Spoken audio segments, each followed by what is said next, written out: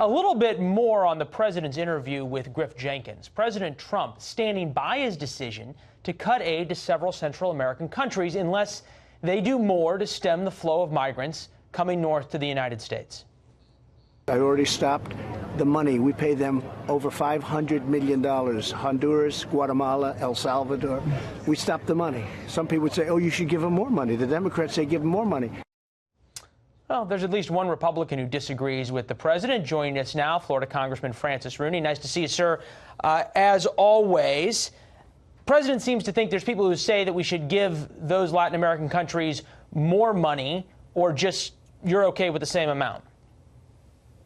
Well, I think these countries that have weak and corrupt governments and lack strong civil institutions are aided a lot by our foreign aid programs that go to help strengthen those civil institutions. You know, most of that aid, if not all of it, goes to NGOs in those countries, not governments. Well, connect the dots for us. If I'm a taxpayer and my money's going down to El Salvador or Honduras, how does that help the crisis at the border? Well, we're going to continue to have floods of migrants from particularly the three Western Triangle countries because their economy's bad, because they have gangs and murders, they have no strong civil institutions, and they have high unemployment. If we could somehow help those countries get on their feet, sort out their governments, deal with their problems, then those people would probably like to stay in their own country. All right, that's one option. Where does this go from the president's point of view? Does he have the full authority to cut this aid from USAID and repurpose it, or does he have to get Congress's approval? You know, I'm not sure about that. This is one of those areas where I don't know enough about the government, maybe that I should. But I do think he has wide authority to hold back money as long as it stays within a given appropriation. I think George Bush did some of that, too. Well, can I make one more comment? Please do. If I might.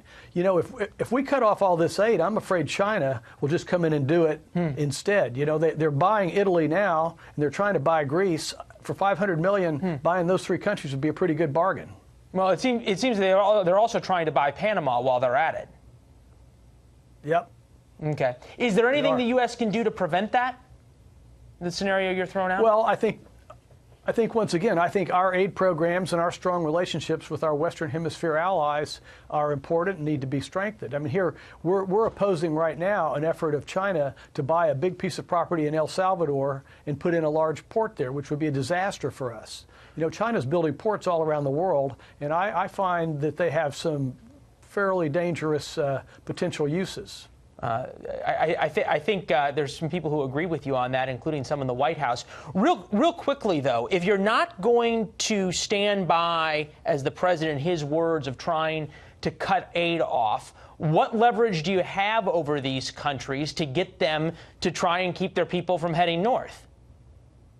Well, just last night I was talking with some Salvador business leaders in Miami, friends of mine, and they fully agree with some of the comments that the White House has made that we could do better at making sure that money's spent in the best possible manner and keep the government down there out of it. You know, we have to make sure that all of these taxpayer dollars go to strong groups like IRI and other democracy building, free press building institutions in those countries. Well, they've got a lot of work to do to build democracies and free presses in some of those countries. But as we look towards 2020, especially in Florida, things have tightened. You look at the 2016 numbers, Donald Trump versus Hillary Clinton, versus the 2018 numbers, Ron DeSantis against Andrew Gillum. It has tightened dramatically there.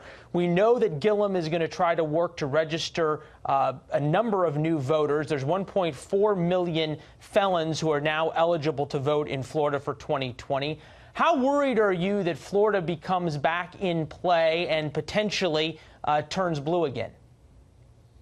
Well, you know that for a Republican to win Florida, they have to run very strong in the northern counties in the Panhandle and down where I am in Lee and Collier County. We turned out 50,000 more votes for Donald Trump than for Mitt Romney.